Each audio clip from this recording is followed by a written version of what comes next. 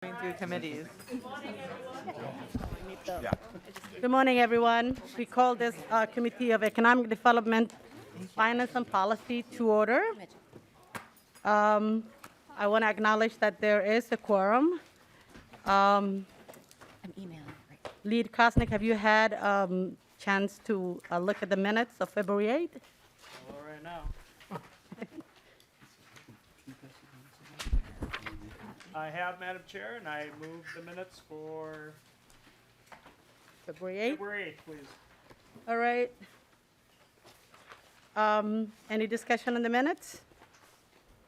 All those in favor of moving the minutes, say aye. Aye. All opposed? The minutes have been adopted. Vice Chair Hanson, you have a bill up today. House File 504, it's the Small Business Partnership Program codified and report required. Would you like to move your bill in front of the committee? Yes, please, Ms. Chair. Thank you. All right.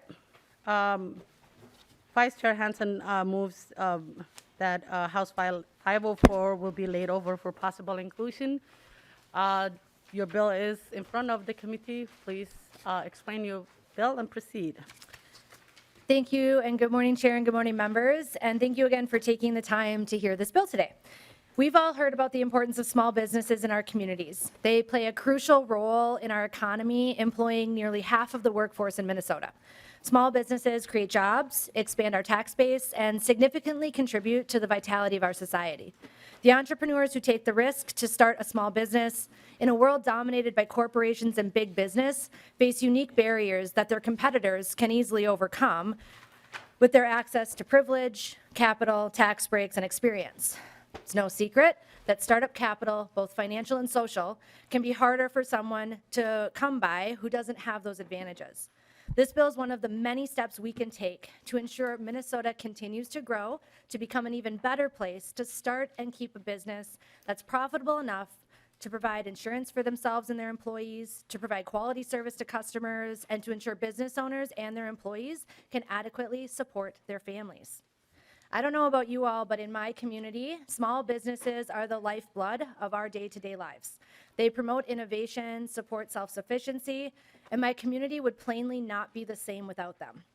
So since I'm very dedicated to investing in our small businesses, I'm pleased to be carrying House File 504.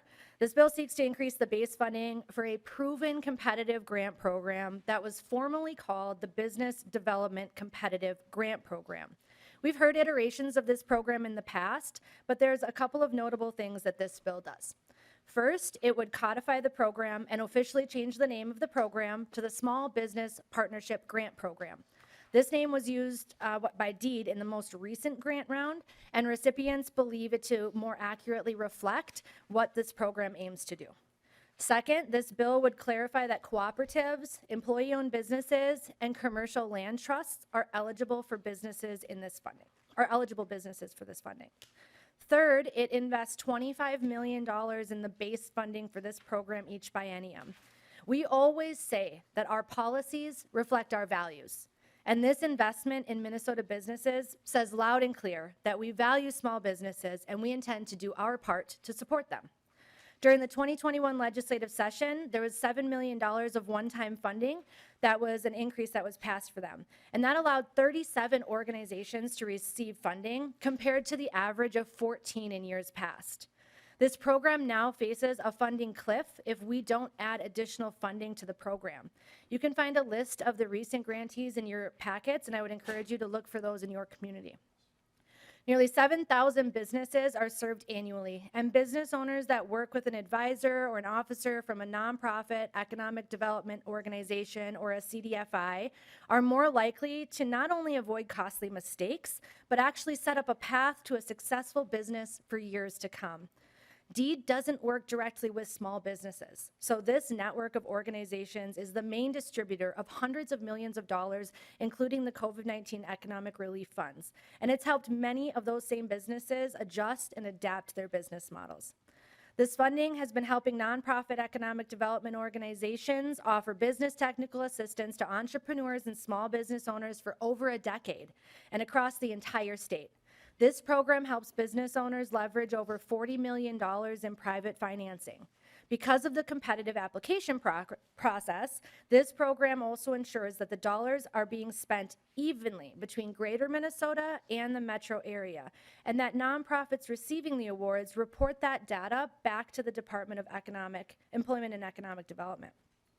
This funding is also targeted to serve small business owners and entrepreneurs that are Black, Indigenous, Latinx, African, women, veterans, people of color, and people with disabilities. 81% of small business owners who are helped by this program identify as BIPOC, and we can do more with HF 504. So I just want to say thank you all for hearing this today. I'm looking forward to your support. I have some testifiers with me today, and I will turn it over to them, Madam Chair. Thank you, Vice Chair Hanson. Our first testifier is Natalie. She's from MCCD Business Advisor, Dakota County. Would you please introduce yourself for the record and proceed with your testimony? My name is Natalie Malso, Chair Hassan and members of the committee. I am a business advisor with the Metropolitan Consortium of Community Developers, or MCCD. I run the Open to Business program in Dakota County, which provides one-on-one technical assistance and access to capital for business owners in that county. MCCD is an association of 50 nonprofit organizations that are committed to expanding the wealth. I'm sorry to interrupt. Can you get the mic closer to you? Yeah, thank you. Okay. So MCCD is an association of 50 nonprofit organizations who are committed to expanding the wealth and resources of communities through housing opportunities and economic development initiatives. We are also a community development financial institution, or CDFI. Our mission is to work collectively with consortium members and other organizations to build strong and stable communities by leveraging resources for the development of people and place. We cannot work towards these goals without addressing the inequities that have shaped housing and economic development policies at every level of government. These inequities have systematically prevented Black, Indigenous, and people of color and other historically excluded groups from achieving housing stability, accessing capital, and realizing opportunities to build wealth for themselves and their families. The Small Business Partnership Program has helped nonprofit economic development organizations such as MCCD, our consortium members, and community orgs across the state to provide expert business technical assistance to entrepreneurs and small business owners statewide for more than a decade. Entrepreneurs and business owners who face barriers to accessing traditional capital, traditional business financing, and other opportunities can benefit from the Small Business Partnership Program because it provides targeted help. Technical assistance is advising provided one-on-one or in groups to business owners. We work with entrepreneurs who are just starting out and need help to navigate the first steps establishing their business, as well as folks who are in growth mode and need assistance navigating an expansion. Every business is unique with its own opportunities and challenges. We meet clients where they're at in terms of their goals, their objectives, and we can provide them with clear steps forward and very sound advice. In 2022, in Dakota County alone, 1,100 hours of direct technical assistance were provided to 170 businesses or entrepreneurs. 34% of those business owners were low income. 53% of those business owners were BIPOC or immigrants, and 50% of those business owners were women. MCCD made small business loans totaling $576,000, which leveraged an additional $5.5 million in capital from traditional lenders who partnered with us on those loans. Those loans would not have been possible without MCCD's participation because our participation lowers the risk profile for the banks. The outcomes of this work, the technical assistance and the lending, means jobs retained, jobs created, new businesses established, longevity and growth for existing businesses, and stronger communities. You will hear testimony today from a small business owner who has benefited from the program. She has worked incredibly hard to build her business over the years and is meeting a need in her community of Burnsville.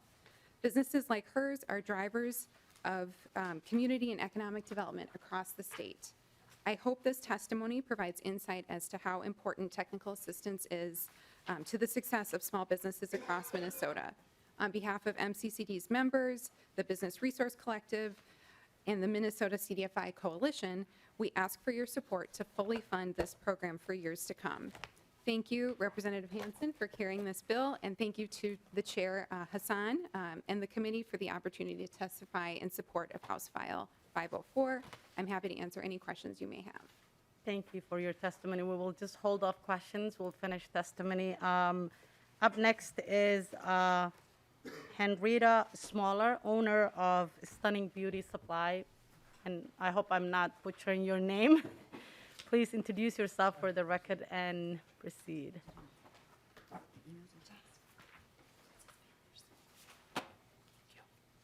Hi, everybody. My name is Henrietta Smaller. Chair Hassan and members of the committee.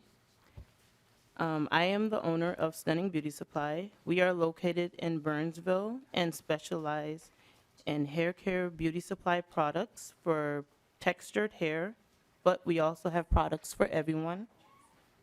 I was born in Liberia and came to the U.S. when I was really young and lived with my aunt in New York for a few years before moving to Minnesota.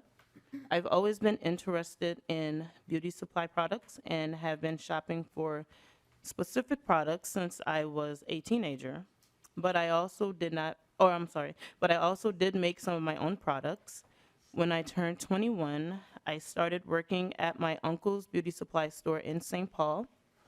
This experience has helped me learn about the best products from different hair types, as well as the management side of ordering products and running a successful business. In 2017, I was commuting to St. Paul, and it was especially hard with having a new baby. I had never thought about being an entrepreneur before, but after watching a video and learning that there are very few Black-owned beauty supply stores, especially in the South Metro, I saw a gap and I thought I could open up my own beauty supply store. I first opened my business, Stunning Beauty Supply, online in June of 2018, and that fall I wanted to have a small storefront.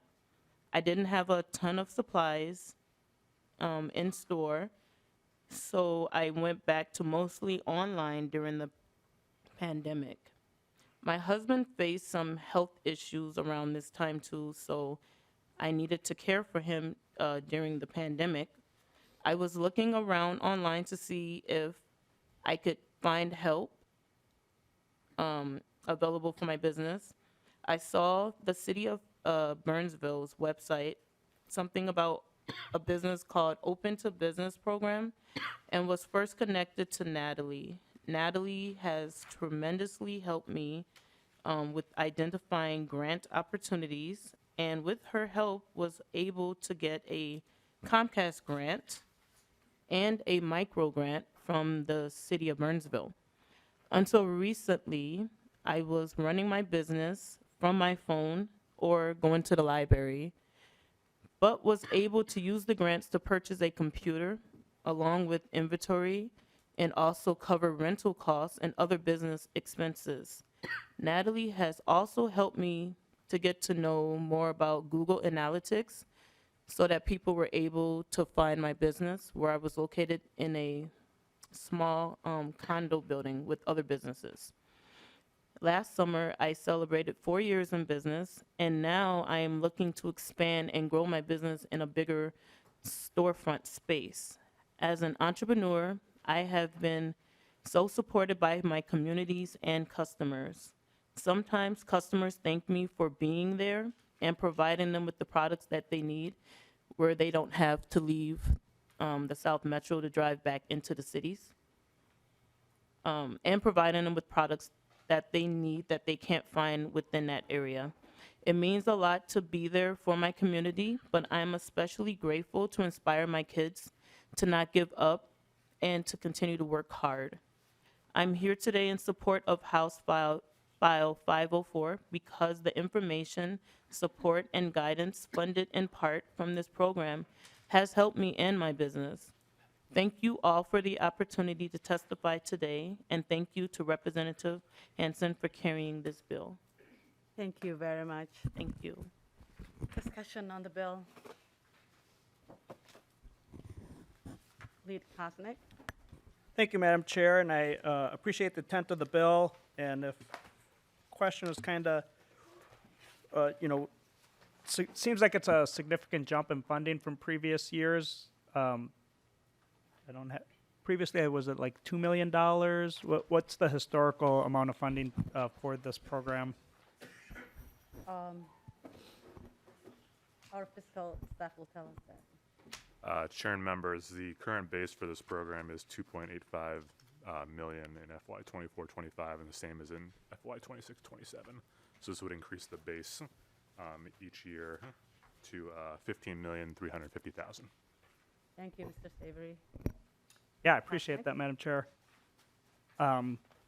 So that is quite a significant increase. I'm sure it's scalable, and we don't have our targets yet, I'm sure, but we are, I guess that's probably my biggest concern. We do have a sizable surplus. Try to figure out how all the pieces fit together. So that's my main concern. It's not just a slight increase, that's pretty significant. So just would like to note that, and otherwise, I don't have any other questions myself. Well, thank you. I just want to note that this bill will be laid over, and we'll have more discussion, but Vice Chair Hanson, do you have anything to add? Sure. Thank you, Chair, and thank you for the question about the base funding. I think it is an important piece to note. Our small businesses are the lifeblood of our community, and in Dakota County, Representative Kosnick, I'm sure you know that as well. Personally, I don't think there is any amount too big to invest in our small businesses. We need to make sure that we are taking the time to understand what entrepreneurship needs in Minnesota. My great-grandfather started a business in Minnesota, in Minneapolis. He had one location in Representative Hassan's district, and then started another in my district back in the 60s and 70s. That small business has been in my family for generations, and it has provided so much capital for my family to make sure that we had that access and building generational wealth that otherwise would not have existed. So these small businesses will always have a very special place in my heart. I also represent parts of Burnsville, which is the 7th largest retail economy in the state.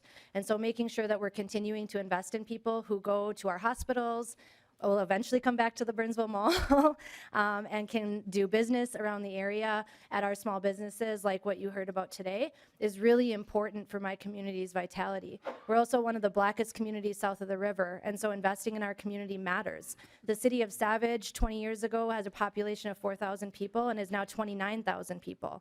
So the need for more small businesses continues to grow in the South Metro, and I'm sure in all other parts of the state. So the increase in investment is intentional. As I was door knocking, I heard from a number of business owners who asked me and almost begged for help because they want to keep their small businesses going and they need a little bit more help. So that's why I think the amount is there, and that's why I would make the argument that this amount is appropriate and necessary for Minnesota businesses.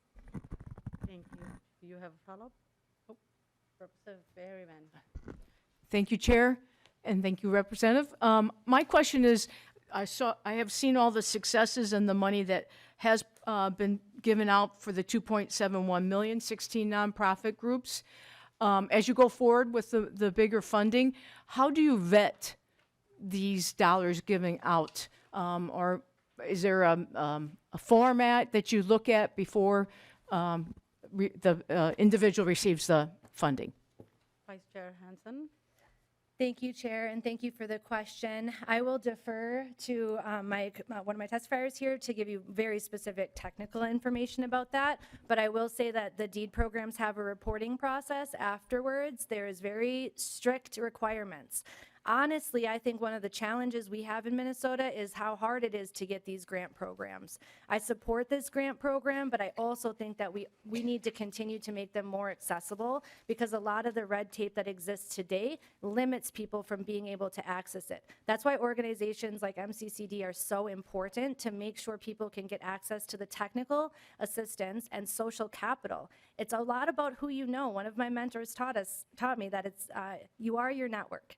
And so making sure that we're having that conversation with business owners to expand their network is really vital. And I would then turn it over to my testifier for more technical answers. Please introduce yourself for the record and proceed. Good morning, Chair Hassan. My name is Carrie Johnson. I'm Policy Director with MCCD. Representative Perryman, so the program is a competitive grant program, so DEED will vet those applications, making sure that they have some experience and connection to community, that they can serve those, businesses that they're saying that they're going to serve, and the reporting requirements then kind of are like this double checking of that to make sure that they are keeping up with their end of the agreement and the contract. I just also want to note that $2.85 million was what was originally put in over a decade ago, and this amount of money has not gone up. Yet costs for every business, as you all know, your household costs and everything has gone up, and same for these organizations doing this work. And the 37 organizations that received this funding in the most current grant round, we were able to do more in targeted communities, culturally specific communities, more communities in greater Minnesota that otherwise wouldn't have these resources. And so I think we're just only going to be getting to see in a report from DEED whenever the most recent funding round is up, the full reach and potential of this program with the additional resources. You have a follow-up, Rep? Yes, please, Go ahead. Madam Chair. Thank you for your answer. My question would be, as a person that lives in St. Cloud, these fundings will be very important. How do individuals that really are in need know about these funds, or how do we get the branding, or the message out that here's some tools for the toolbox? Ms. Johnson. Thank you, Chair and Representative. And so one of the things that this program has not allowed organizations to do is to really market, because they're actually, with the 2.85 million, they're stretched. They're already, they have more businesses than they can actually serve, reaching out to them. And so part of what these resources could do is that marketing communications aspect. We would really like to be able to be make ourselves more available to community, and partnering with other organizations, different faith groups and churches or different community-based groups to help get that word out. But that takes resources, and that's what these resources are really aimed to do. You'll also hear from Matt Verilek on another bill. Sorry, Matt, I'm calling you out. Matt works for the Initiative Foundation and is one of the recipients of these resources, and is able to do work in your district. And he can maybe highlight a little bit more. And I know we've had a conversation about how these resources directly impact your community and the Somali community in St. Cloud. Thank you. One more? One more follow-up? Yes, Okay. thank you, Chair. I love this subject, All so, right. and Matt is a friend of mine. So my last question is there a training program or some kind of training before the grant is given, or the grant is given and there's a requirement for training for these individuals? Ms. Johnson. Thank you, Chair and Representative. There is no required training program. Most of these organizations hire actually previous business owners, so they have that hands-on expertise. And at MCCD, and same with, say, at the Initiative Foundation, they have business advisors or business officers who have a variety of different backgrounds, so they can collaborate and say if somebody has a marketing background, they can help with that aspect. Somebody has an accounting background, can help with the books. So it's a really collaborative environment to make sure that they have really that hands-on experience. So although training programs have been in conversation of how we can better equip our business advisors, especially in greater Minnesota. Thank you very much. Thank you, Chair. That would be all. All right. Any other thoughts on this? Vice Chair Hanson, your last words on the bill? Thank you, Chair, and thank you, members of the committee. I appreciate you hearing us talk about this important bill today, and I look forward to its inclusion in our omnibus bill. I stand open to questions now or later, so feel free to touch base with me. Thank you, Chair. Thank you. Rep. Hanson renews her motion that House File 504 will be laid over for possible inclusion in the omnibus bill. Thank you. Our next bill is House File 1180 with Rep. Brand.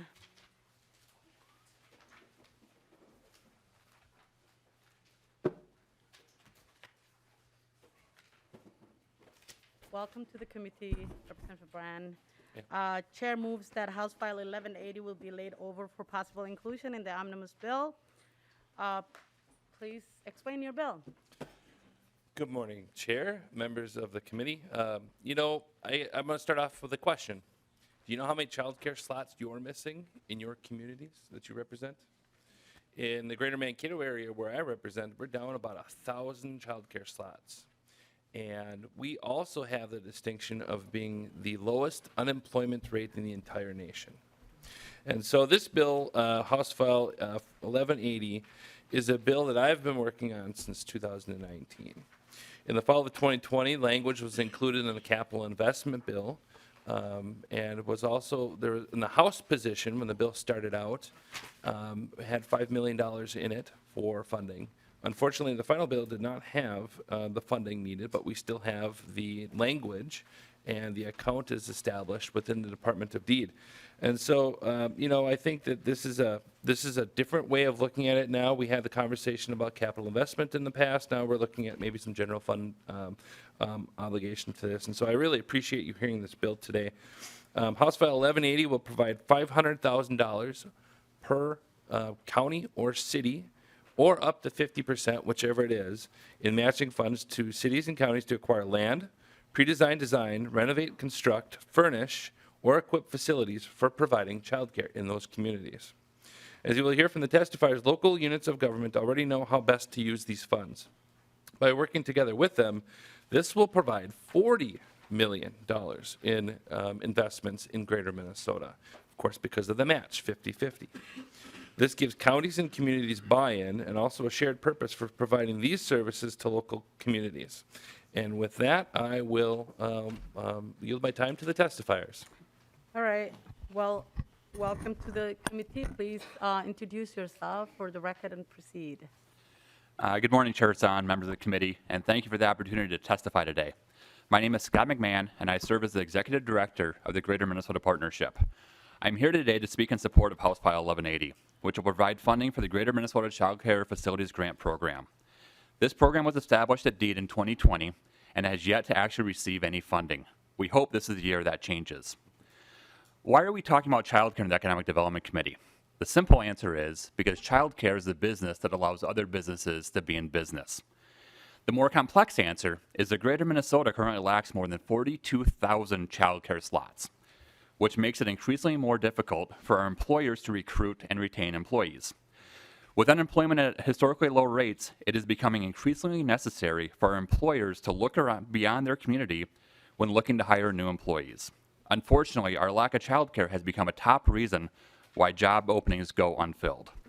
Without available childcare, workers won't relocate to our communities. A recent survey of economic development directors in Greater Minnesota by the Center for Rural Policy and Development shows that depending on the region, 40 to 60% of EDA directors are hearing from employers weekly that the lack of childcare is negatively impacting their ability to recruit workers, with an additional 20 to 30% saying they hear from employers monthly. With more than 80% of Minnesota families having all parents working, childcare is a significant necessity for our working parents. So what's driving the 42,000 childcare slot shortage? Historically, Greater Minnesota has relied on in-home family care to provide the majority of our childcare slots. In the last 20 years, we have seen a dramatic decrease in the number of in-home childcare slots in our communities. Between 2000 and 2020, the number of in-home slots in Greater Minnesota decreased by 35,000. This was offset by an increase of 15,000 new childcare center slots, but this shift alone accounts for almost half, 20,000 of our 42,000 childcare slot shortage. We saw a similar exodus of family care slots in the Twin Cities. They lost 39,700. But we also saw a significant increase in the number of new childcare center slots in the metro, more than 37,000. So why are we seeing so many family childcare providers leaving the market? One significant reason is that family care providers are able to generate enough revenue to be profitable, but it often requires more than 60 hours of work a week to make the business operate, which often means the actual hourly wage for an in-home child care provider is less than $11 a week or an hour. That child care provider is able to get better pay, better hours, and often actual benefits by working most anywhere else in our economy. So we are seeing family care providers leaving at a significantly high rate. So why aren't we seeing child care centers open in the same rate in Greater Minnesota as we do the Twin Cities? Simple. Economies of scale. Childcare centers are more expensive to operate, thereby requiring a higher number of kids to enroll in order to make the finances work. So in densely populated areas like the Twin Cities, or in some of the larger metropolitan areas of greater Minnesota, we are seeing childcare centers open and succeed. But in the majority of greater Minnesota communities, even though we definitely have the demand for childcare, we don't have enough population to demand and support the size of childcare center that is needed to be sustainable. For some time, the general rule of thumb has been a childcare center needs to have a minimum of 80 slots to be sustainable. In recent years, I've seen analysis that shows the number is more like 100 or 110. In 2020, the Department of Human Services created a cost model to determine under what circumstances a childcare center can succeed. DHS's conclusion was that outside of large metropolitan areas, childcare centers simply are not sustainable. This brings us to today, and the request contained in House File 1180, which would invest $20 million into the Greater Minnesota Child Care Facilities Grant Program. We know that we will continue to see reductions in the number of in-home childcare slots, and we know that except for large metropolitan areas, childcare centers are not economically feasible. With in-home care disappearing in Greater Minnesota, we need to find ways to build childcare centers in communities of all sizes in Greater Minnesota to address our economic needs. And this grant program will have a major impact in allowing our communities to do just that.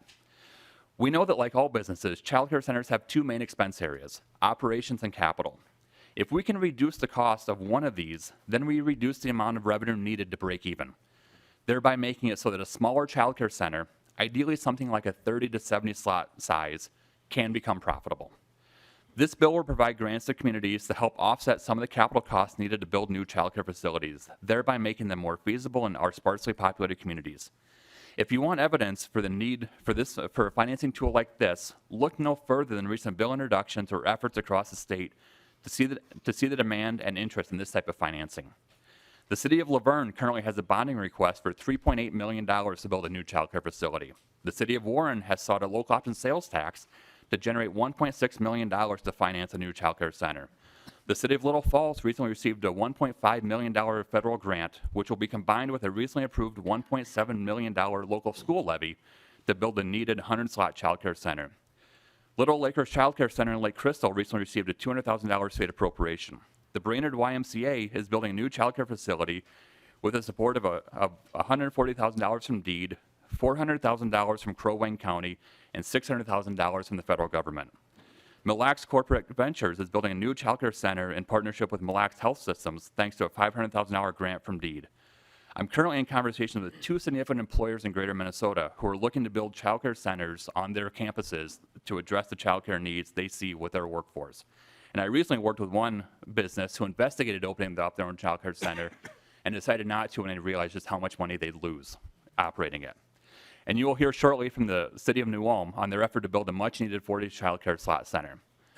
While Greater Minnesota faces a shortage of more than 42,000 childcare slots, and while we're asking for a significant appropriation for this program, we are not asking for the state to solve our problem alone.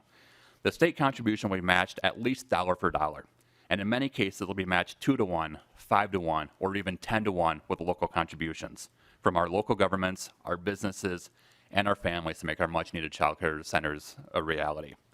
In closing, I want to come back to my opening remarks. Childcare is the business that allows other businesses to be in business. Greater Minnesota's economy is ready to grow. Our employers are ready to invest in their businesses and in our communities. But we cannot do this if we do not have the childcare needed to support our workers, our families, and our communities. Thank you. Thank you. Up next, we have Claire Sanford, Minnesota Child Care Association. Please introduce yourself for the record and proceed.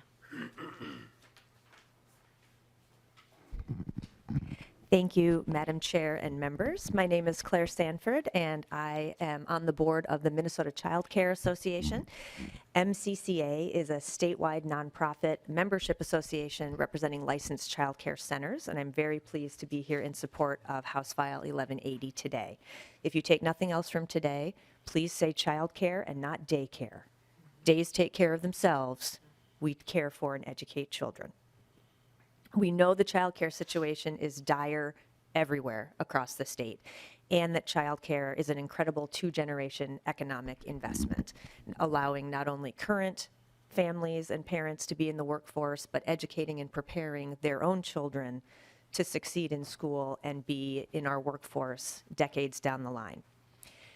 Our existing center providers are contacted by Greater Minnesota communities almost weekly saying, please, would you expand? Would you come here? Both from metro area providers and providers that are already in Greater Minnesota. Please, will you open another center? We need more, we need more. And every single one of those opportunities is studied because providers want to expand. And the answer is always the same. The numbers don't work. And it always comes down to the two things that Mr. McMahon was just speaking about, operational costs and capital costs.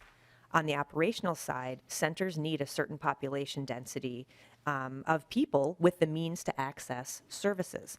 In some metro areas, programs can be cited where demographics support this. In Greater Minnesota, a center needs all low, middle, and high income families in a community able to access because the population density isn't there. There aren't enough people of only higher income or something to make a center work.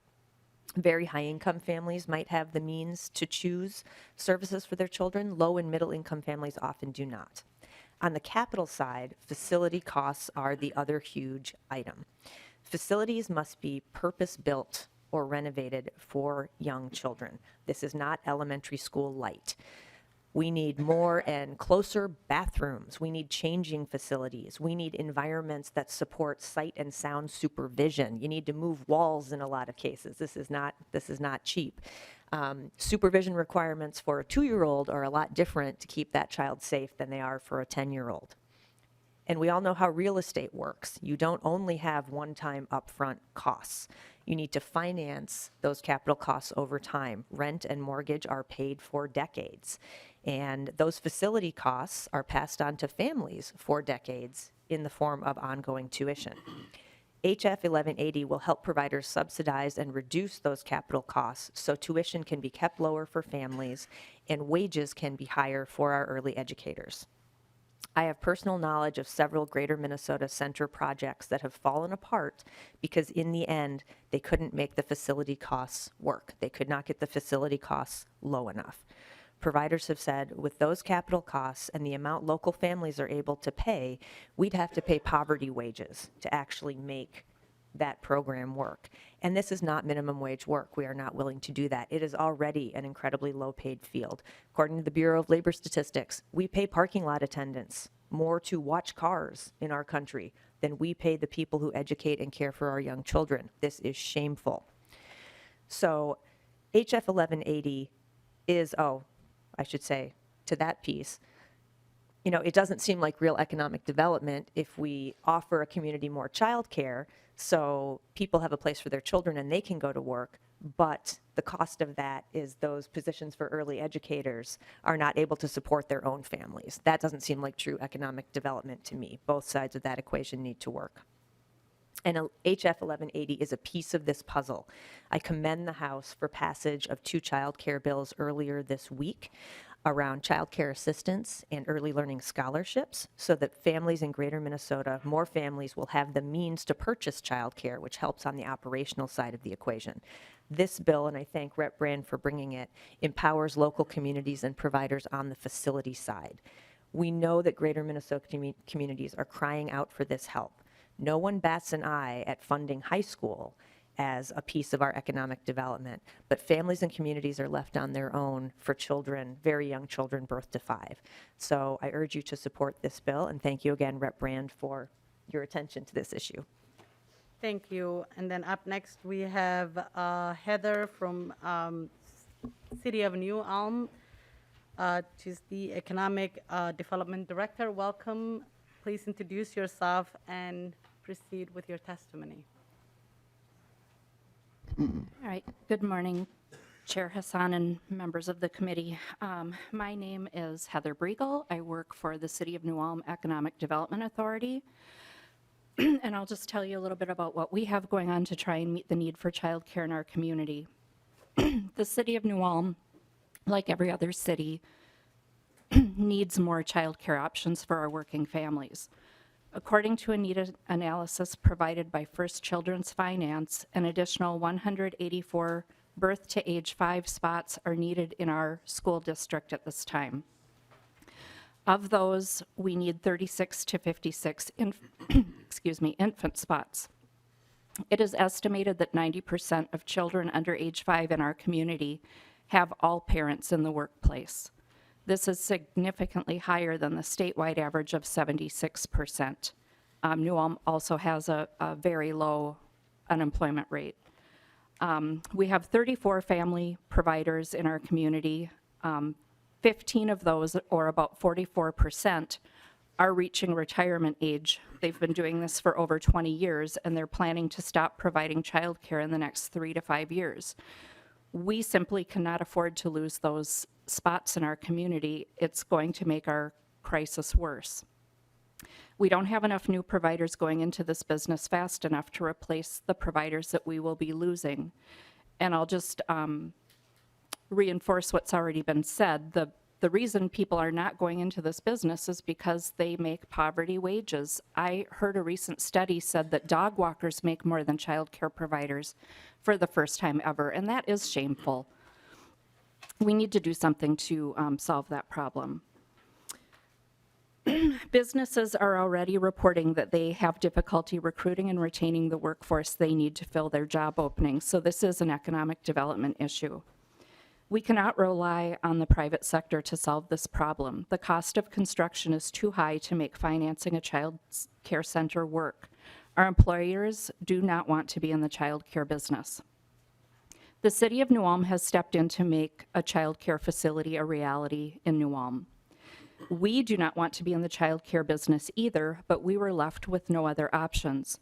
We recently acquired a commercial building and will be rehabbing the space this year to rent out to providers at below market rent to run their child care businesses under the pod model. This facility will provide 30 to 40 spots in our community, which doesn't even come close to meeting our need. The total cost of this project is nearly $1 million. We applied for $150,000 in funding from DEED's Minnesota Child Care Economic Development Grant, but unfortunately we were not awarded any grant funds. We continue to seek and apply for grant opportunities for this project, as well as fundraise from our local community and businesses. It would be helpful if we could access funding at the state or federal level to help offset the cost of this project so we don't have to go it alone. I would ask you to support this bill. Thank you for listening, and I would be happy to answer any questions you may have. Thank you very much. Discussion on the bill?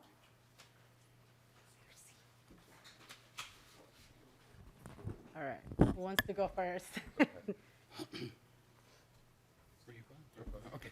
Okay, Madam Chair, I apologize. no Trying to problem. figure Go out who ahead. goes first. It's like a bad comedy skit over here. My question is, with daycare centers, especially in greater Minnesota, the facilities, and this bill seems to be a one-size-fits-all, unfortunately. In greater Minnesota, we used to have a lot of in-home care units. It was mentioned the number, and we've decreased significantly in the last 20 years.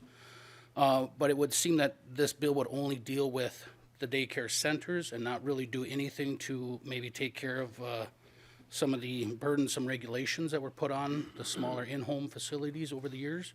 And if you could address that, I would appreciate it. Yeah. Rep. Brand or whoever else wants to take it. Thank you, Madam Chair. Representative Wiener. You know, I would just refer back to my earlier testimony. So this bill actually will do a lot of different things for counties and cities. And so it can be for pre-design, design, renovate, construct, furnish, equip, and provide childcare. Exactly for what you're talking about, centers. We have another bill that'll be coming up next that I hope that we can also address some of the other issues with in-home centers and developing folks that want to have in-home daycare centers. This is, I guess, go back to my philosophy of the legislature. We don't have a lot of silver bullets around here, but what we have are opportunities to make some incremental changes. And this particular bill would help cities like New Ulm not go it alone. The city of St. Peter, we did it a long time ago, and we rent out 2 spaces to child care providers at a subsidized rate because we know that we're also down slots and we are providing some value to the community by offering those opportunities. Those were in-home centers that actually moved up. And so these create economic opportunities for folks that are like, gosh, you know, I'd like to get out of an in-home situation, maybe do something in a center base. This is a step-up opportunity to work collaboratively with the city or with a county to get this going as well. There are cities across our state that just don't have the horsepower. This will help them provide the horsepower. Rep. Weiner, do you have a follow-up? Yes, there was a number that was thrown out earlier about the feasibility, you have to have enough children. In my area, we have small towns. I mean, small towns. There's not enough kids in most of those small towns to justify a facility for the numbers to work out. So that was my concern, if we can microeconomy this a little bit more to bring it more in line with the rural area. We don't have those larger towns to support enough kids. Mr. McMahon, do you want to Well, take it? thank you, Madam Chair. And to go back to that, this next bill will also help with providing opportunities for people who are in hope and developing those opportunities as well. But I don't think the solution to the problem is going to be just in this committee.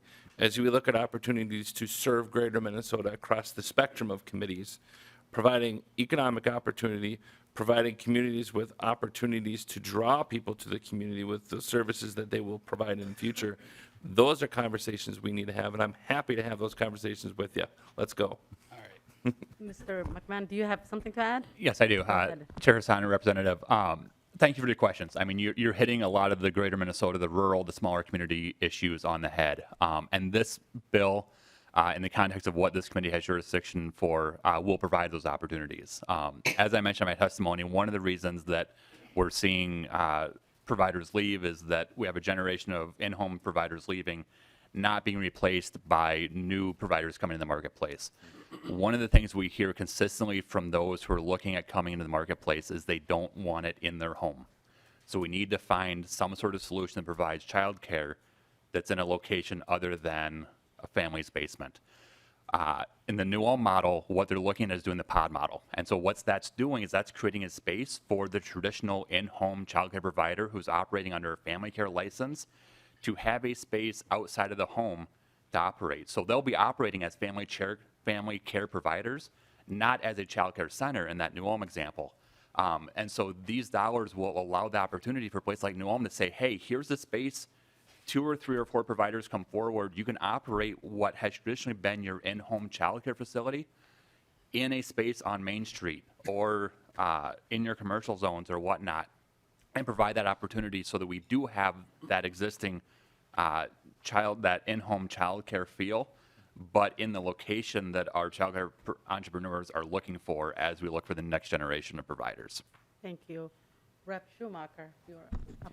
Thank you, Madam Chair and Representative Brandt and Mr. McMahon. Glad you're there. I have a few questions for you on this. And just to start out, you'll receive an email from me asking to get on this bill when you get back to your office. But a couple of questions. The first, you brought up the Center for Rural Policy and Development report. I know that came out in October, and they always do really great work. And part of what that report also showed when they did the case studies throughout the state is that I believe the headline for the facility center type model was the best laid plans that fail, because of a lot of the reasons that were talked about today. And it's felt like they were encouraging more of the pod model for that. You also referenced the Laverne site there, and when that's all said and done, just to get operational, it's going to cost about $34,000 per slot just to get things open.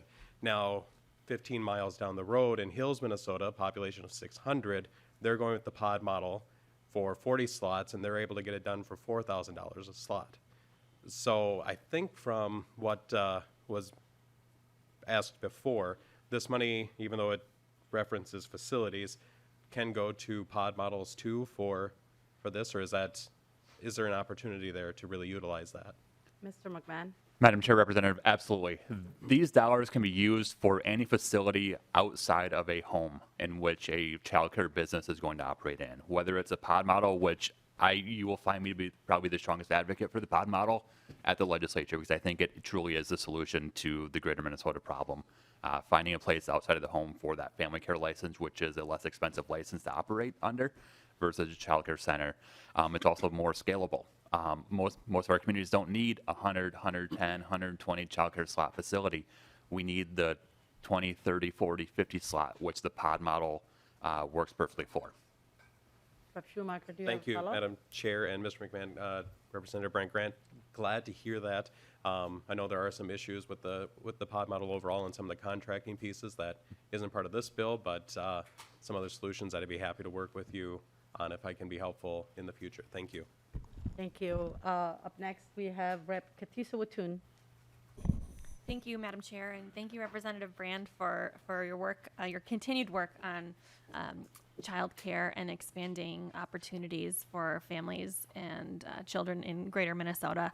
I've had the privilege to work with Mr. McMahon and Ms. Sanford on a number of proposals. I just want to make sure that in the discussion, when we look at one proposal, that we are looking at that proposal for its elements and what it can do to support economic development in any given area. Whether it's Greater Minnesota, whether it's here in the metro, and that we're not pitting childcare providers against each other. There are a lot of benefits, and there are a lot of folks who go into childcare for a variety of different reasons, whether it's to be home with their children or to be able to take care of their grandchildren, and whatever it might be.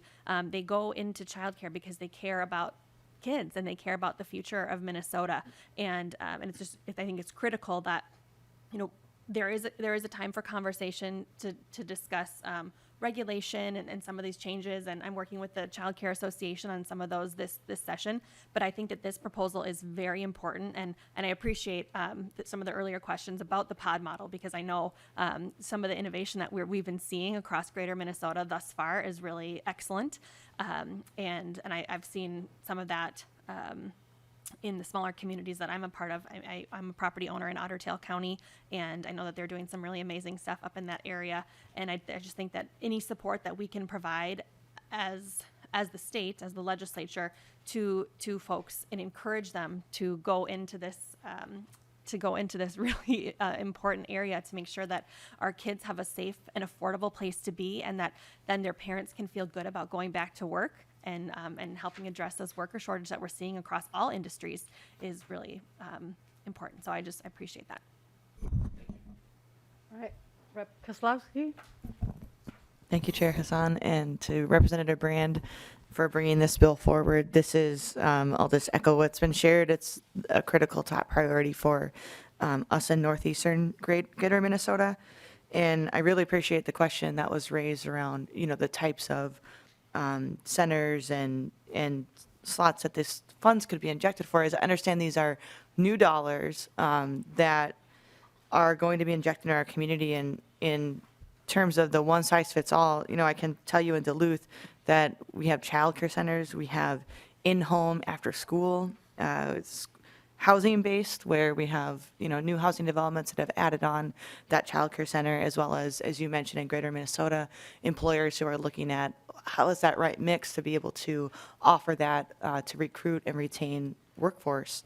As a parent, I can tell you that the cost to pay to play and send your kid to childcare is massive, and at some estimates that it's 40% of your income. I can tell you that for the summer months, and when I send my kid to all year, and just having one child is close to the monthly mortgage, and that's crippling for families, as we know. You had asked the number of what's the number of slots that's needed in our area. For us, it's 3,700, and that's really massive amount. So we know that there's so many challenges, right? The operational costs, the furnishing, utilities, and then being able to pay a livable wage. I think personally, it's asinine that we have people who are making that small amount, $11 and less, to take care of our children during the day. And we know that it's also crippling our economy and our families. It's really holding us back in Greater Minnesota. So my question is, we sort of struggle with that tension between keeping our childcare slots that we have and figuring out how to create new ones. And my question to you is, would these dollars be able to go to support childcare centers that are in operation to make sure that we maintain them, as well as for new? And then we're talking about the injection of really transformational funds. Could you give us a stroke of how many slots or centers you think that these dollars could really go that would bring online? Rep. Brand. I'll defer to Mr. McMahon on that one, but there's one comment I did want to make to you, and it's really ironic in a way that folks are making $11 or less per hour to do this job, but also it's 40% of somebody's income. That's really hard. In my mind, I struggle with that because we want them to make more. We want them to make that livable wage. We want them to be happy at their job and not burn out, just like our teachers or our firefighters or anybody else, right? And so it's a big problem. And, you know, again, no silver bullets here, but a lot of the things that we can do and we can move these levers one way or the other can really make a difference. Mr. McMahon. Chair Hassan, Representative. So to your first question, this program was created back in 2020 with the intent of creating new capacity. So it's not intended that if a existing childcare facility needs some rehabilitation and not add new slots, that this would not be available for them. But what we do see in these communities, and we're seeing, and I suspect it will probably be the case in the New Ulm example, is that when we build out a space for 30 or 40 new slots, it's that in-home provider who's been having 10 kids who's moving up and taking the next step to add the new space in it. So we're providing that opportunity for somebody who has that dream, who's been in the business, has that dream for being bigger, to come in and do that. As for the potential for this, it's hard to say. I do need to commend the Northland Foundation representative out of your area probably did the best study probably about 4 or 5 years ago looking in their service territory as to what the cost is per slot. I don't have those numbers offhand. I don't know if Claire has anything top of mind that she can add into this one. But, you know, we see anywhere from $10,000 to $30,000 per slot is the capital cost needed to come in, ballparkish, to come in there. But what this grant program does is it empowers communities to step forward. And I want to give one example. So probably about 5 or 6 years ago in Spicer, Minnesota, they needed to build a new child care facility. They came forward and they received a $50,000 grant from DEED.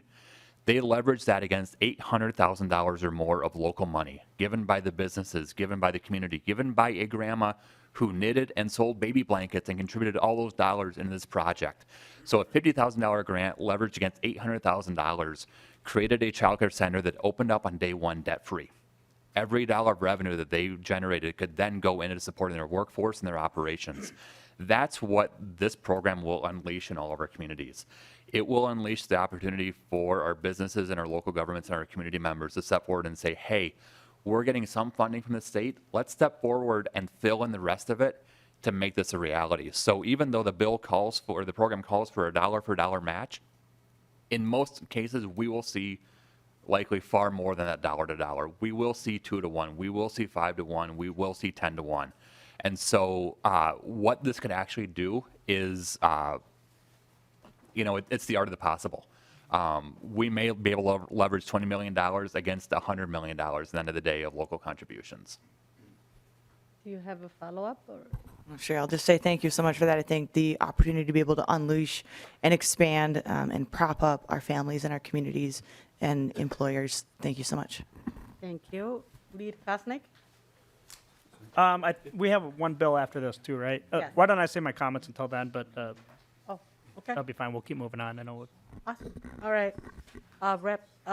Brand, your final comments on the bill? Well, first I want to say thank you very much for hearing the bill today. And thank you very much, Representative Schumacher, for saying, I want to sign on to this bill. That's what I actually emailed you about a couple weeks ago on the floor. I was working on signatures for this bill. And so it is bipartisan. I really enjoy that. That was bipartisan in the past. And there's still room on the bill. So I hope everybody can find room to in their day to sign on to the bill. I just want to say, let's deliver on the value that we all share here in St. Paul. And that's building stronger communities across Minnesota. Now, these investments will definitely make an impact. Thank you. Thank you, Rep. Brand. Chair renews that House File, her motion that House File 1180 will be laid over for possible inclusion in the omnibus bill. The next bill is House File 1074, and it's yours again. All right, I move that House File 1074 be re-referred to Children and Families Finance and Policy Committee.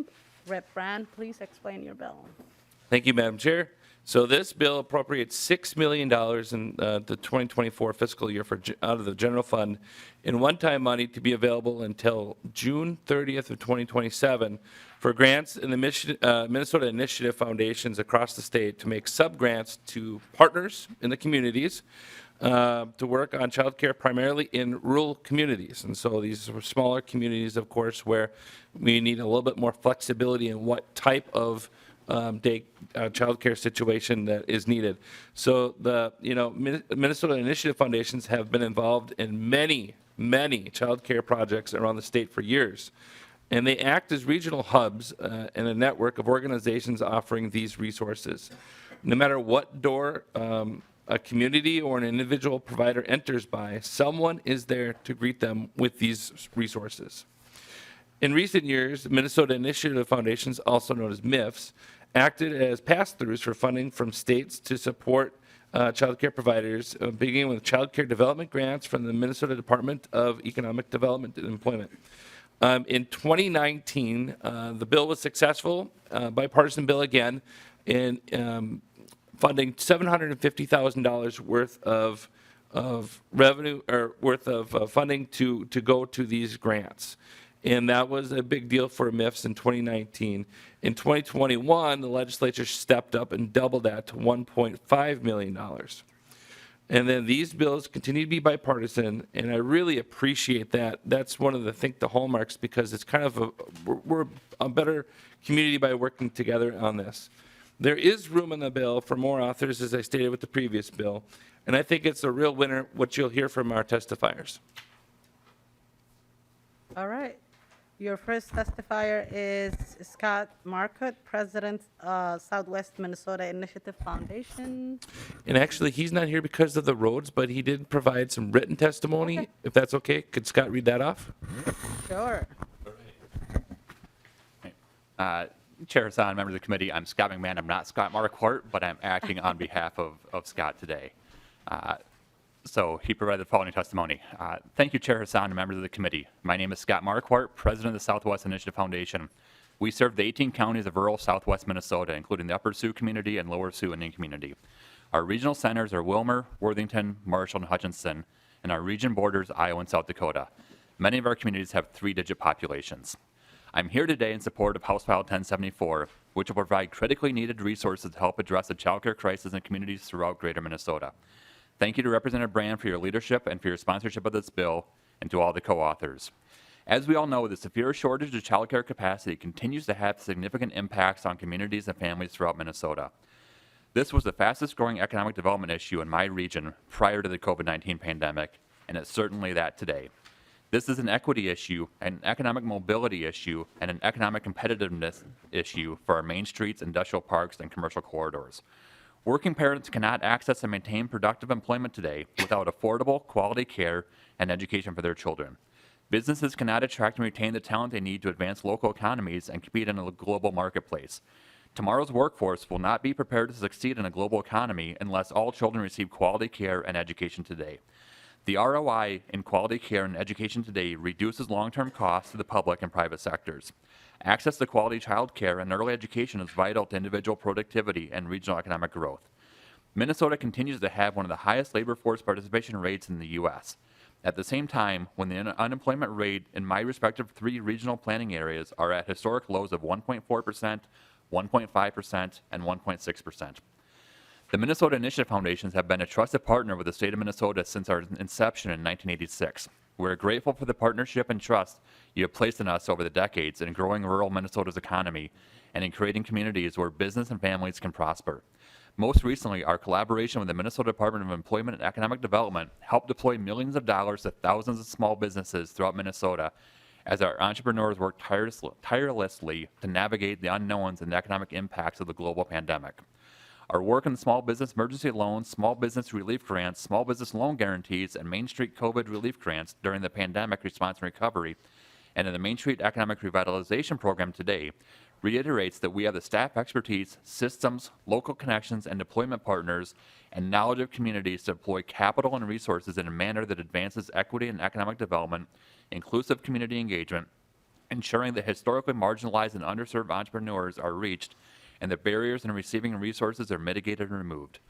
This bill will leverage our decades of work in advancing economic development, our relationships in multi-sector collaboration, our community engagement, and our systems to help address the urgent childcare crisis that is impacting our kids, our families, our main streets, and other businesses in our state.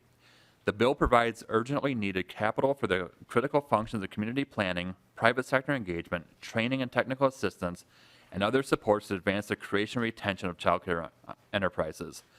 One of the most impactful and powerful elements of the bill is in how the respective Minnesota Initiative Foundations can use local data-driven approaches to leverage our respective ecosystems and regional needs, customizing responses, resources, and investments as communities and providers most need them. In 2019, the Minnesota Initiative Foundations collectively received $720,000 in the state of Minnesota to advance resources, programs, and services to tackle the childcare crisis. Across our 6 organizations collectively, we offered over 200 trainings to over 3,300 participants, provided over 2,200 hours of technical assistance to over 264 childcare programs, helped create over 1,000 childcare slots through at least 46 startup and expansion projects, and recruited over 16 childcare providers to earn, maintain, and/or increase parent-aware rating. One of our success stories in the 2019 funding was an amazing professional development opportunity. In collaboration with ecosystem partners Prairie 5 Community Action Council, United Community Action Partnership, Child Care and Nutrition Incorporated, and Southern Minnesota Opportunity Council, we hosted the Kids First Early Childhood Conference 3 times during the grant period with over 600 registrants. This event provided timely and invaluable professional development opportunities for childcare providers, which were especially important during the pandemic. Topics included, but were not limited to, creating safe and connected classrooms with conscious discipline, the power of play, developing successful transitions during a child's busy day, parents supporting your program, decreased stress, increased success, and enhanced joy, promoting self-control in young children, top tips to experience genuine happiness and deserve, and many more. Professional development is a critically important element for our childcare initiatives, and our funding from DEED allowed us to deliver these critical development approved training opportunities that not only provided knowledge and skill development, but also peer relationship building and investment in stronger well-being. Since that time, the global pandemic only worsened the childcare crisis, so the resources provided in this bill are more urgently needed than ever. In my region alone, First Children's Finance data from December 2022 indicates that there is a shortage of over 4,600 childcare slots in my 18 counties alone, which includes communities such as Wilmer and Worthington, with growing numbers of BIPOC families, with Worthington being the most diverse city outside of the MSP metro area. This is especially disproportionately impacting BIPOC families, low-income families, mothers, and people who have been historically under-resourced, marginalized, and disinvested by our marketplace. With this funding, we can continue the critically important work, which also advances entrepreneurship and economic mobility through the creation and retention of childcare enterprises, creates opportunities for family, friend, and neighbor providers, fosters community engagement, increases collaboration among the private, public, and nonprofit sectors using solid data and analytics, and grounding project development in prudent businesses, planning, and sustainability. Another urgent opportunity with this funding is in continuing efforts to grow and enhance our child care and early education workforce to ensure that our child care enterprises statewide can attract and retain the talent they need to deliver the quality care and education that all kids need to succeed. In addition to the impact this bill will have on our workforce... I don't want to interrupt. Can you wrap up? I am just about done, Madam Chair. This bill will help foster potential repurposing and reinvestment and redevelopment in underutilized commercial real estate in our downtowns and our former underutilized school buildings and with our other properties. These projects foster and catalyze the innovative models that are proven to be transformational in our rural communities, such as collaboration between schools and hospitals, employer-driven innovative models, engagement of the faith community, new opportunities for family license providers, partnerships with high schools, and so on. Public sector investment in the state of Minnesota is essential so that child care enterprises continue to develop and grounded in sound planning and processes, that operations are sustainable, that quality is not compromised, and that it is affordable for all families. The Minnesota Initiative Foundations are grateful for your consideration of this bill, and we look forward to continuing being your trusted partner in advancing an economy where businesses can prosper, where our families can thrive, and grounded in equity and our values. Thank you. Thank you, Mr. McMahon. Up next, we have Matt Varalik, President of Initiative Foundation.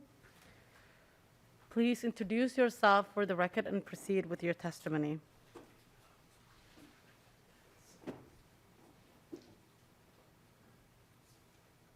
Madam Chair, members of the committee, thank you for the opportunity to testify in support of House File 1074. My name is Matt Varalik, and I come to you today as a parent of kids who were recently in the child care system, and also as president of the Initiative Foundation based in Little Falls and serving the 14 county territory and 2 native nations of East Central Minnesota, including the territories of Representative Wiener and Representative Perriman. Great to be with you. So together with our friends from the Southwest Initiative Foundation, including one of the Scotts you just heard from, via the other Scott, we are a member of the network of 6 Minnesota Initiative Foundations that together support community and economic development activity across all 80 counties of greater Minnesota. One of the great strengths of our network, we believe, is that we provide a similar set of services across all of greater Minnesota, yet with flexibility to tailor our work to the specific needs, opportunities, and cultural context of our respective regions and populations, which kind of speaks to that issue that one size doesn't fit all. So each of us can vary what is needed according to what we see on the ground. So one thing that is common to all 6 MIF regions, and in fact the entire state, of course, is the child care crisis, in which affordable care is too hard to find. As you and the committee know, Madam Chair, this is a problem for kids, but it's also a problem for workers, for businesses, and our state economy as a whole. At the Initiative Foundation, we're proud that the state has indeed repeatedly entrusted us with scarce public resources that we've used to make a difference on this issue. And I hope that by briefly describing some of our past work, you'll get a sense of what additional progress we could make with the resources requested in House File 1074. At the top of our menu of strategies is a partnership with a fellow CDFI, or Community Development Financial Institution, which we are, but in this case the partner is First Children's Finance, who has been mentioned already. In this partnership, we facilitate community-based strategy and planning sessions in which local people who care about this issue develop a roadmap to address whatever their local need may be. In recent years, we've supported these processes in Greater St. Cloud area, Long Prairie, Staples, Brainerd, Amora, and Little Falls, and then in addition, the counties of Isanti, Chisago, Pine, and Mille Lacs have all completed regional plans that include key strategies and specific actions to implement those. And then at the end of the process, the foundation awards a $10,000 grant from our own funds to each community that completes a plan, and hopefully this sets in motion a snowball of resource attraction from other sources. Again, that leverage that we talked about where an investment of public dollars can lead to lots more via the knitting of baby blankets and much more. Great progress at Mille Lacs illustrates the success of this strategy. There, our planning process supported a partnership between Mille Lacs Band of Ojibwe, Mille Lacs Corporate Ventures, and Mille Lacs Health System. Besides supporting the design process, planning process that I described earlier, we provided a grant for a design study for a new center, and that ultimately helped make the case for hundreds of thousands in construction funds on a facility that will create 80 new slots when it opens. In places like Brainerd and Little Falls, we have similar success stories with new centers now in the works that will create hundreds of slots, and with the funding requested in the legislation under discussion today, we'd be able to take this process to even more communities and make a bigger dent in the issue. Workforce is another key challenge facing this sector, and so we partnered with 3 of our technical and community colleges located in St. Cloud, Pine City, and Brainerd. With all 3, we provide funds that will assure anyone seeking the Childhood Development Associate certification would graduate with no debt, thus helping recruit new workers from a diverse range of backgrounds to the child care sector and also increasing their skills and earning power. We've recently expanded this to include 2-year degrees in both St. Cloud and Brainerd because that's a common requirement to work at a center. And St. Cloud is actively seeking certified instructor to provide Spanish instruction. And Brainerd is exploring a relationship with Leech Lake Tribal College to better support culturally tailored trainings. In the greater St. Cloud area, our growing Somali population is also in great need of child care, and we're fortunate, in fact, that our next testifier, Abdi Dasani, has devoted his time and talents to launching and running Blooming Kids Child Care, which helped to address much, though not all, of this need. And for transparency, I should note that Abdi is a friend of mine and also a past member of the Initiative Foundation staff. He's also a current partner whom we contract with on our Enterprise Academy program, which provides small business training, technical assistance, and financing for BIPOC small business people and others who have faced barriers to pursuing their entrepreneurial ambitions. And I'm coming close to the end of my testimony, but I wanted to add that incidentally, that program is one that benefits from the DEED Small Business Partnership Program, which you've just discussed earlier today. So needless to say, you can count me as supportive on that one as well, and I appreciate your consideration of it. As for my friend Abdi, he helps us to deliver our business training classes as well as one-on-one technical assistance, and we think it's beneficial to have an experienced child care provider among our partners so we can work with others that may want to grow those kinds of businesses. So, Madam Chair and members of the committee, I'll conclude by saying thanks again for this opportunity to share a few of the ways we are already working on child care, and on behalf of the kids, providers, parents, employees, and employers who this affects, I want you to know we'd be deeply grateful for the opportunity to grow these efforts in the future with your support. Thank you. Thank you. Up next, we have Abdi Daisane, Director from Bloomington Kids Child Care Center. Please introduce yourself for the record and proceed.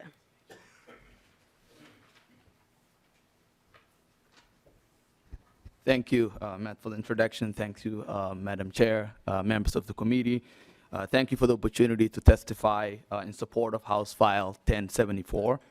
My name is Abdi Daisani. I am the owner and manager of Blooming Kids Child Care Center. We are a mid-sized, center-based center, child care, that serves multicultural and primarily working families in Stearns, Benton, and Sherburne counties in St. Cloud area. Just 2 weeks ago, our center celebrated a 5-year anniversary since we opened our doors to the communities in St. Cloud.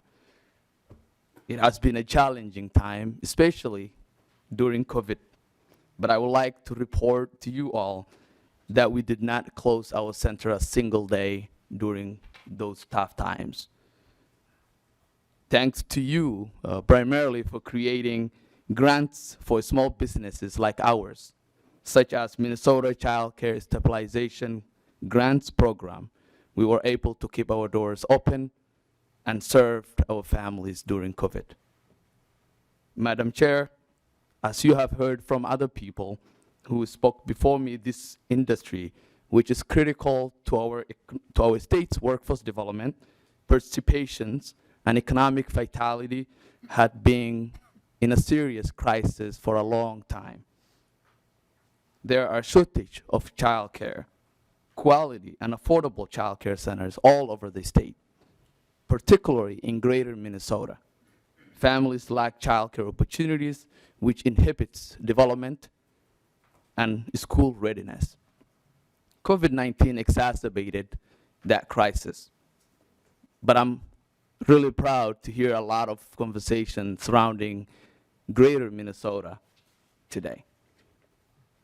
In addition, our existing child care centers are struggling, among a dozen other things, to recruit and retain qualifying caretakers. Why? I'll be very blunt. We do not pay enough to keep them. So I'm here today. Well, mainly because I'm getting a break from the child care center. But to support my friend from Initiative Foundation and their sister organization that served throughout greater Minnesota. I have seen, as Matt alluded earlier, I have seen firsthand the work that they do to support our communities in greater Minnesota, and how impactful their child care solution programs are to providers like myself. Initiative Foundation provides training and technical assistance to child care providers while building and leveraging local support for the benefits of our small businesses. They can do so better than a lot of other organizations because they do have the local connection. And they do also have the track record to show that they have done the work in the community that they serve. So, again, I'd like to thank you all Madam Chair, and the members of the committee in listening my testimony in support of House File 1074, and I hope you support the bill. Thank you. Thank you, Mr. Desané, for your testimony, and thank you for coming down to St. Paul. Of course. Discussion on the bill. Lead Kosnick. Thank you, Madam Chair and committee members. Representative Brand, congratulations on doing a good job on, I think, an important topic with these two bills. So I appreciate them being brought forward, and the connection between the larger centers and then the smaller ones that we just heard about a little bit. Interestingly, I think it's important to invest in this, and as a legislature, there's a lot of components to creating a strong, economic, diverse economy throughout the state, whether it's higher education, K-12 education, public safety, a whole variety of issues, and certainly childcare is a component to that. So thank you for including this in there, but I think when we talk about economic development on all three of the bills that we had today and many of the bills that come before us, we sometimes don't look enough at reducing the regulations so that entrepreneurs and the spirit that they have, the drive that they have to provide for themselves, we don't reduce regulations enough. In fact, it's curious that we're looking at a couple programs that are going to put these entrepreneurs out of business, whether it's on your bills or the previous bill, with additional burdens, payroll taxes that are literally going to have people closing their doors because it's just too much. So one of my concerns in this is that we're propping up larger corporate childcare providers and at the same time putting more burdens on the smaller independent entrepreneurs that want to provide childcare perhaps in their home. And so I hope that as we do these bills, we'll also take a look at ways to make sure that we're not harming entrepreneurs by providing more onerous regulations, taxes, and barriers for them to provide. They achieve their own American dream with that. And interestingly, with the in-home daycare providers, last year we had a big debate, over $500 million for frontline workers, and the in-home entrepreneurs were left out of that. And we knew what we were doing when we were passing that. And I think that was kind of, to the in-home providers in my district, and I hope you also received the calls in your own districts of how challenging and kind of disrespectful that was to our in-home providers that they did the same work but just in their home, and we said they weren't crucial enough to be included in that program. And so hopefully we can continue to lessen the burdens on and encourage more entrepreneurship. But I think you're highlighting a good need and key, especially in some of our outstate cities and the smaller cities and communities, of being able to grow the economies in those. So I just think that's an important part, but I appreciate hearing the bills and the work that you've done. Thank you. Rep. Brand, do you have a comment? Madam Chair and Representative Kosnick, thank you very much for sharing that, and I appreciate your support. You know, I wasn't here this last biennium when we, of course, worked on the frontline worker pay, and it's unfortunate that not everybody could get access to it, because I know many hands make light work, and especially when we're going through those very dire situations, there are a lot of people that stood up and did things, and especially the burden we asked those providers to provide in taking care of our emergency workers and other families who had kids. And so I appreciate that, and as Representative Katiza-Batuna had mentioned, you know, there's work that's being done on the regulation piece. I'm not sitting on any of those committees. I'm not in on those conversations per se, but I do hear feedback from local providers, just as I'm sure everybody else on the committee has or will, and I look for opportunities to keep that conversation going too. Thank you, Rep. Brand. Are those your final comments, or do you want another moment to get? Well, I would just like to say thank you very much for hearing both of these bills. I just think that the Minnesota Initiative Foundations do a great job of using their leverage and capabilities to pass through these grants to where they need to go. Over $500 million have been unleashed across Minnesota, specifically to take care and address the economic needs across the entire state. And I think these initiative foundations, Northland Foundation, Northwestern Minnesota Foundation, the West Central Initiative Foundation, Southwest Initiative Foundation, and the Southern Minnesota Initiative Foundation, where I'm from, do a great job. And so thank you very much for hearing the bill, and I look forward to having a larger conversation about this as we get closer to the end. All right, I will renew my motion that House File 1074 be re-referred with Children and Family Finance and Policy Committee. All in favor, please say aye. Aye. Are we falling asleep? All right, I will renew my motion that House File 1074 be re-referred to Children and Family Finance and Policy Committee. All in favor of that motion, please say aye. Aye. All opposed? Motion carries. Your bill is on its way. And with no other business, we are adjourned.